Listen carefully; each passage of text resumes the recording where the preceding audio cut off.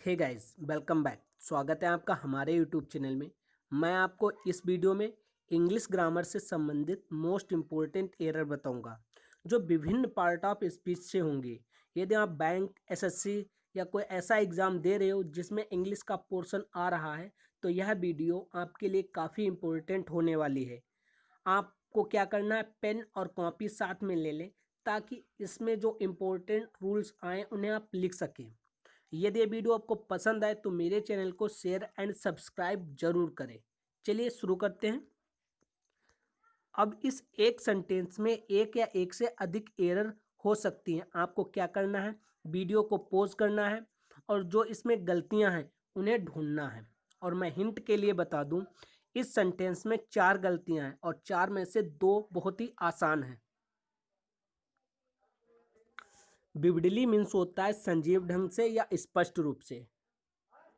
चलिए देखते हैं। She vividly pictured herself Prince Andrew's wife and the scenes of happiness with him that she had so often repeats in her imagination and at the same time a glow excitement recalled back every detail of the interview.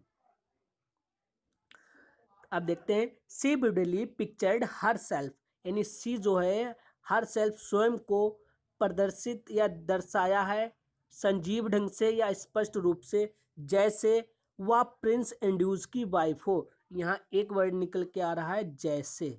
जब हम हिंदी निकाल रहे हैं तो एक word निकल के आ रहा है जैसे। जैसे वह प्रिंस एंड्यूज की वाइफ हो, यानी उसने इस तरीके से अपने आप को स्वयं को स्पष्ट रूप से दर्शाया है या प्रदर्शित किया है कि जैसे वह प्रिंस एंड्यूस की वाइफ हो। तो जैसे के लिए हम 2 वर्ड लेके आते हैं, एक एज और एक लाइक। तो अब एज हम लेके आते हैं सब्जेक्टिव केस में और लाइक लेके आते हैं ऑब्जेक्टिव केस में। और हमें चाहिए क्या, एक सब्जेक्टिव केस, तो हम बोलेंगे एज। एज प्रिंस एंड्यूस वाइफ के रूप में, तो प्रिंस से पहले हम एज का यूज करेंगे। फर्स्ट गलती। एंड और द सीन्स ऑफ हैप्पीनेस, एक वर्ड होता है सीनरी। सीनरी को हम सीनरी ही बोलते हैं। अगर हम उसमें एस लगा लेते हैं तो वह वर्ड रोंग हो जाता है, यानी गलत हो जाता है। सीनी बोलेंगे क्योंकि सॉरी सीनरी। सीनरी एक अनकाउंटेबल नाउन है और हमें पता है हम अनकाउंटेबल नाउन को प्लूरल नहीं बनाते हैं, ठीक है। तो द सीन्स, लेकिन सीन को हम एस लगा सकते हैं। जब हम सीन को एस लगा लेंगे तो प्लूरल फॉर्म बन जाएगा और जब हम एस हटा लेंगे तो एक सिंगुलर फॉर्म बन जाएगा। द सीन्स ऑफ हैप्पीनेस, यानी खुशी के दृश्य विद हिम, उसके साथ। हिम किसके, Prince Andrew's. That she had so often repeats, दूसरी गलती यहाँ पर है क्योंकि रिपीट्स हमारी वर्ब है और वर्ब कैसी लगी हुई यहाँ पर, एक सिंगुलर वर्ब। हमें पता है जब वर्ब में हम एस या ई एस ऐड कर लेते हैं तो वर्ब वह प्लूरल से सिंगुलर में कन्वर्ट हो जाती है। लेकिन हमारा टेंस जो है पास्ट टेंस है और हैड जो है, हैड एक पास्ट परफेक्ट के हेल्पिंग वर्ब है जिसके साथ क्या आता है, V3 आता है। और हमें पता है जितनी भी हमारी हैव वर्ब होती हैं, हैव वर्ब कौन कौन सी होती हैं, हैव, हैज, हैड और हैविंग। इन सब के साथ हम क्या लेके आते हैं, V3 लेके आते हैं। और मैं बता दूं, हैव और हैज जो है हमारी V1 है। क्या मैंने बताया, हैज और जो हैव है वो हमारी V1 है और हैड जो है हमारी V2 भी है और हमारी V3 भी है और हैविंग हमारी V4 है, ठीक है। और हैव और हैज में हैव हमारी प्लूरल वर्ब है और हैज हमारी सिंगुलर वर्ब है, ठीक है। अब मैंने क्या बताया कि had so often repeated. So often जो है, सो ऑफन हमारा एक एडवर्ब है जिसका मतलब होता है प्राह या बारंबार, ठीक है।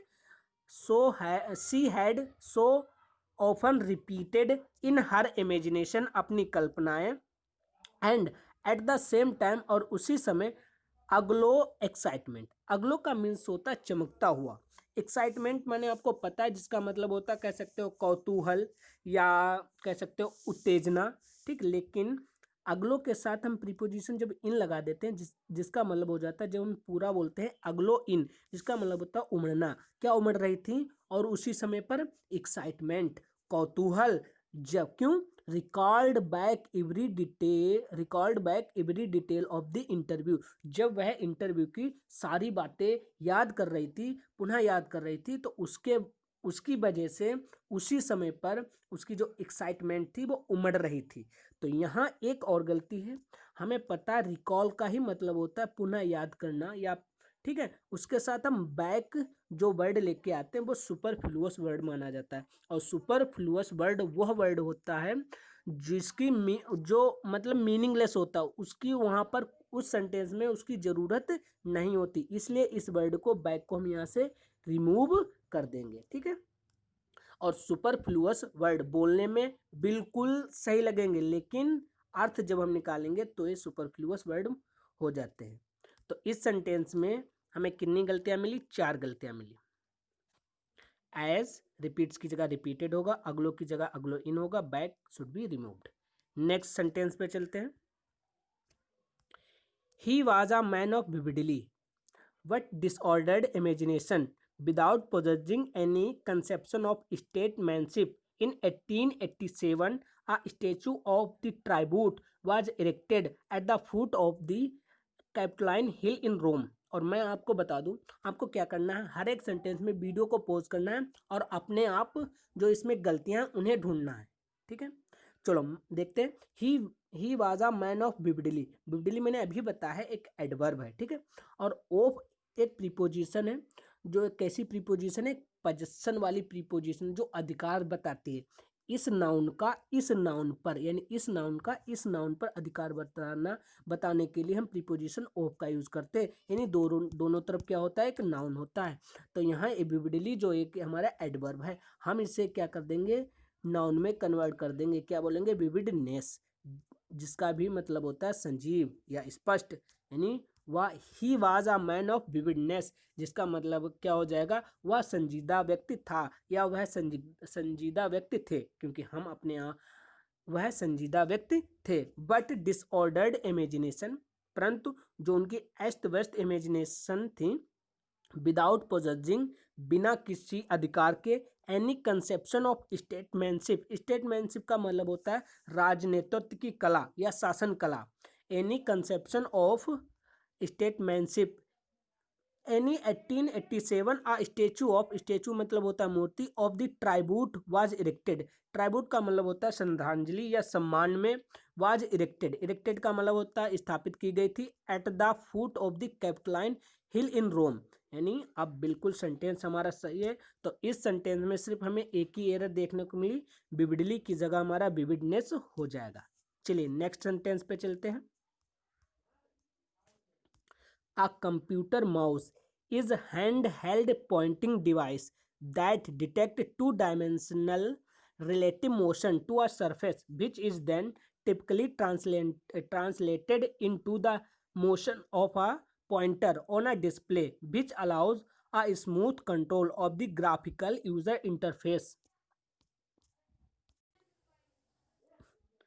चलिए देखते हैं।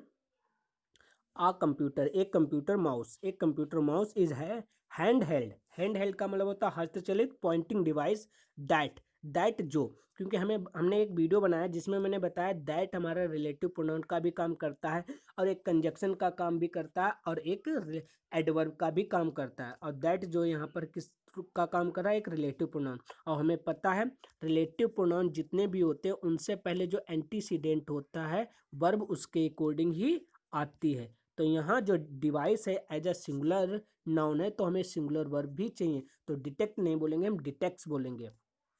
That detects two dimensional relative motion to a surface, which is then दो तरीके के होते हैं, एक THAN वाला देन होता है, एक THEN देन वाला होता है। THAN देन वाला जो होता है वो कंपैरेटिव डिग्री में या कंपेरिजन में हम यूज करते हैं, और इसका मतलब होता है बाद में, ठीक है, उसके बाद या बाद में। Then typically translated into the motion of a pointer on a display, which allows, जो अलाउ करता है, कौन अलाउ करता है, मतलब computer mouse a smooth control of the graphical user interface. बिल्कुल सेंटेंस सही है, सिर्फ इसमें एक ही गलती मिली, डिटेक्ट की जगह डिटेक्ट्स हो जाएगा। चलिए नेक्स्ट सेंटेंस पे चलते हैं। इंडियन इंश्योरेंस में be almost 2 centuries old now, with its earliest origins in 1818, but it still have a long way to go to be as potent as and as pervasive as in the West.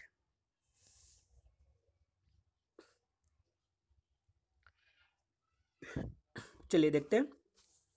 Indian insurance, Jin word की ending A N C हो वो सारे क्या होते हैं, noun. और जिन word की ending A N हो और वो वर्ड जो देश देश मतलब कंट्री के जो नाम होते हैं, अगर हम जो कंट्री के नाम होते हैं मोस्टली, अगर उनके एंडिंग हम ए एन से हो रहे हैं, क्या मैंने कहा, जो कंट्री के नाम होते हैं अगर उनकी एंडिंग ए एन से हो रही है तो वो किस में कन्वर्ट हो जाते हैं, एडजेक्टिव में। और यहाँ नाउन से पहले एडजेक्टिव लगा हुआ है, बिल्कुल सही है।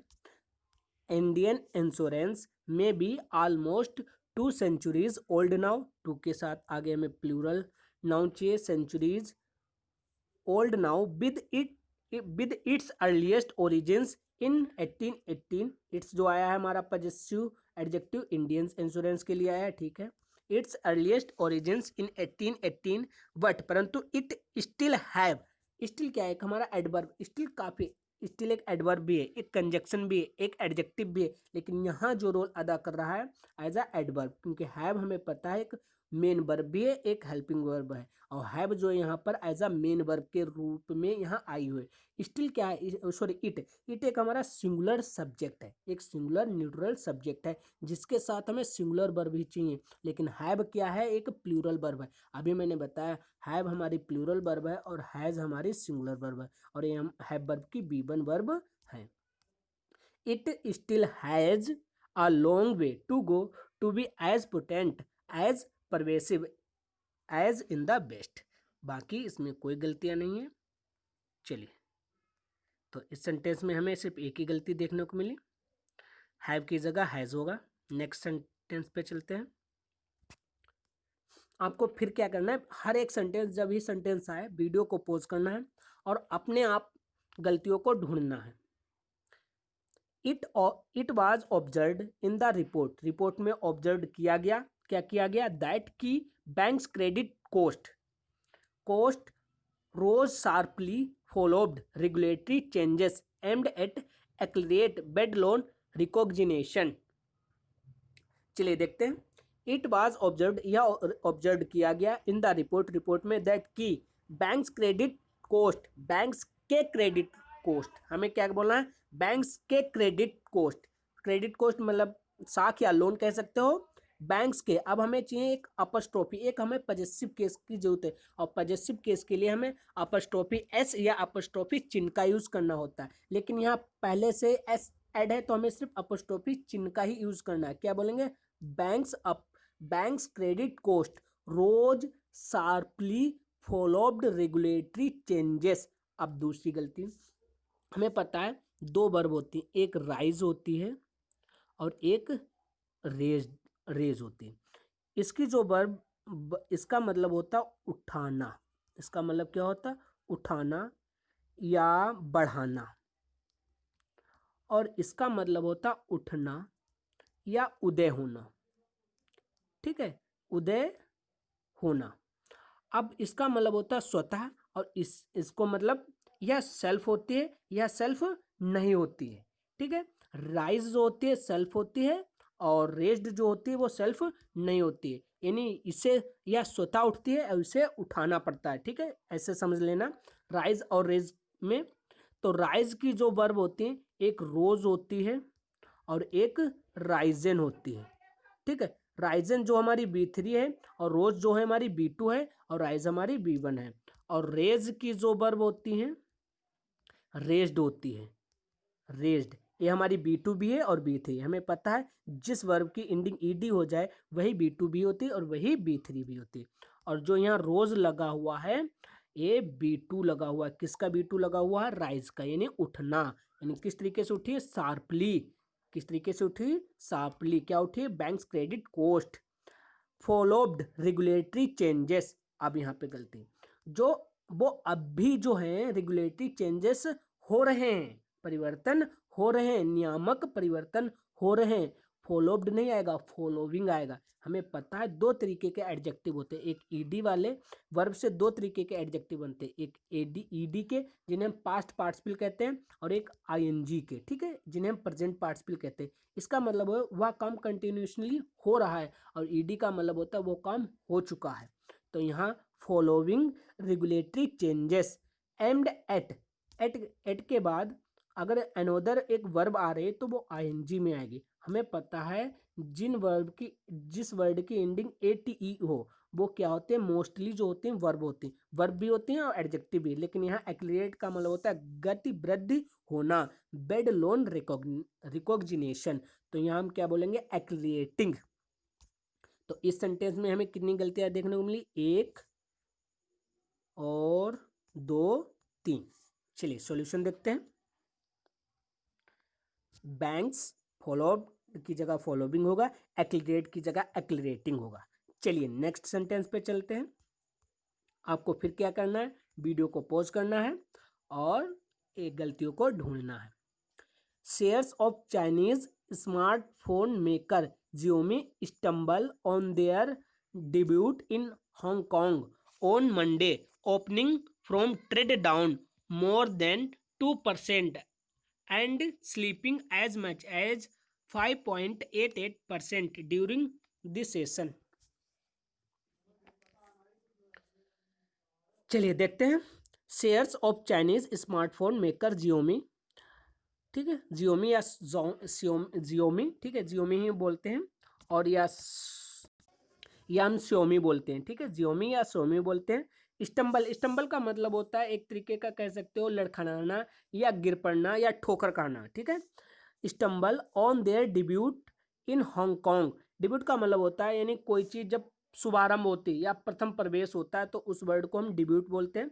Stumble on their debut in Hong Kong on Monday, यानी सेंटेंस मंडे को काम हो चुका है, सेंटेंस पास्ट का है, और वर्ब जो यहाँ लगी हुई है हमारे प्रेजेंट इंडेफिनिट टेंस की लगी हुई, तो हम क्या बोलेंगे, स्टम्बल्ड। ईडी लगा लेंगे, इस ई लगा हुआ है सिर्फ हम डी ऐड कर लेंगे, क्या बोलेंगे, shares of Chinese smartphone maker Xiaomi stumbled on their debut in Hong Kong on Monday, opening जो खुले हैं फ्रॉम ट्रेड डाउन, यानी नहीं फ्रॉम नहीं आएगा, फोर आएगा, यानी किस चीज़ के लिए वो मंडे को खोले गए हैं या शुभारंभ हुआ है, for trade down. Trade down का मतलब होता है अनुचित लाभ उठाना। मोर देन 2%, अब हमें पता है THEAN वाला आएगा, ना कि THEN वाला, मोर देन। तो यहाँ पे एक गलती है, THAN more than 2% and sleeping as much as 5.88% during this session. और कोई सेंटेंस में गलती नहीं, तो इस सेंटेंस में हमें 3 गलतियां मिली। स्टम्बल की जगह स्टम्बल्ड हो जाएगा क्योंकि सेंटेंस जो है हमारा पास्ट टेंस का है। फ्रॉम की जगह फॉर हो जाएगा क्योंकि वो खोले गए हैं ट्रेड डाउन के लिए, अनुचित लाभ उठाने के लिए। मोर देन होता है क्योंकि THAN वाला जो कंपेरिजन दिखाता है, दर्शाता है। चलिए नेक्स्ट सेंटेंस पे चलते हैं। Rumi's use of Persian but Arabic in his poetry, in addition to some Turkish and less Greek, have resulted into him being claimed variously for Turkish literature and Persian literature, a reflection of the strength of his influence in Iran and Turkey. चलिए देखते हैं। Rumi's use of Persian but Arabic in his poetry, कहना क्या चाहता है, यहाँ but नहीं आएगा, बट का मतलब होता है परंतु, यानी कॉन्ट्राडिक्ट करता है। कहता क्या कि रूमी जो है यूज करते हैं, प्रयोग करते हैं पर्शियन और अरेबिक इन हिज पोएट्री, अपनी पोएट्री में, अपनी कविताओं में रूमी जो हैं पर्शियन और अरेबिक को यूज करते हैं, प्रयोग करते हैं। इन एडिशन टू, और इसके अतिरिक्त सम टर्किश एंड लेस ग्रीक, और इसके अतिरिक्त कुछ टर्किश और कुछ ग्रीक भी यूज करते हैं। हैव रिजल्टेड, आप देखो हैव नहीं आएगा क्योंकि एक्चुअल में जो हमारा सब्जेक्ट है वो सब्जेक्ट क्या है, रूमी, और Rumi as a singular subject, तो हम हैव नहीं लेके आएंगे, क्या लेके आएंगे, हैज, और हैज के साथ हमारा B3 लगा हुआ है।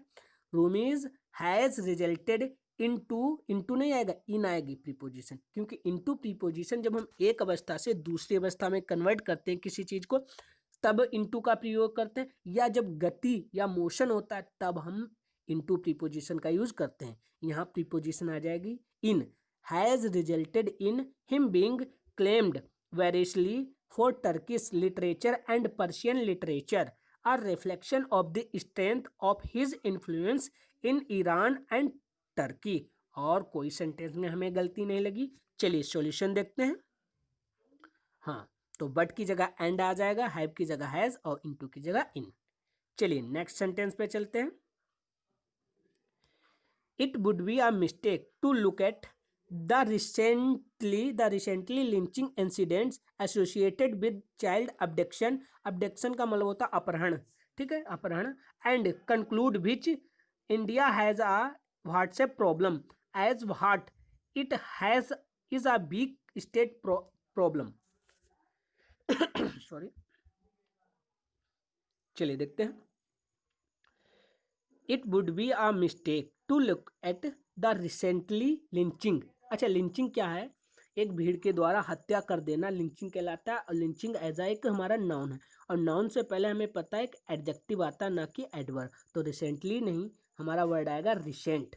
हाल फिलहाल में लिंचिंग इंसिडेंट, इंसिडेंट्स का मतलब होता है घटनाएं, एसोसिएटेड संबंधित हैं, किसके साथ संबंधित है? विद। एसोसिएटेड के साथ हमेशा प्रीपोजिशन विद आती है। एसोसिएटेड विद चाइल्ड अबडक्शन, यानी चाइल्ड माने बच्चे, ठीक, अबडक्शन माने अपहरण। एंड कंक्लूड भिच, भिच नहीं आएगा दैट। जब हम कंक्लूजन निकालते हैं तब हम यूज करते हैं वर्ड का दैट।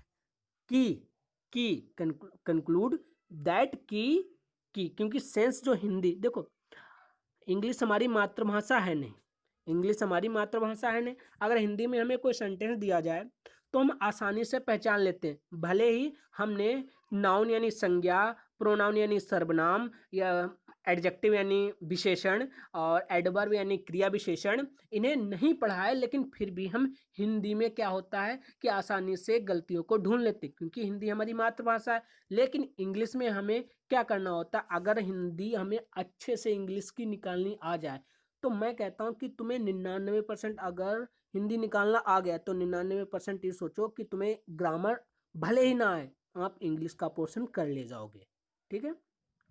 तो विच कंक्लूड नहीं आएगा, विच दैट कि India has a WhatsApp problem as what it has.